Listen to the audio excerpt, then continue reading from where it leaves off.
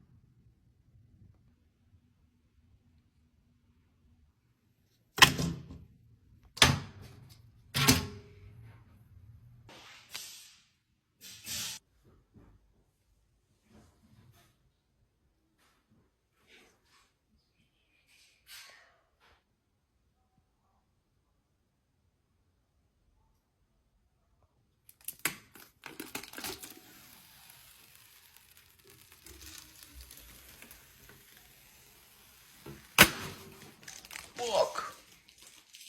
Alright, so there it is. I wish I could have more time to like change the wallpaper and like showcase it a little bit more, but the guy's literally on his way to pick it up right now, so I have no time with this. I just tested it, made sure everything was running smooth, running well, and everything's perfect. So he's real excited, and I'm glad I was able to build this for him. Before. After.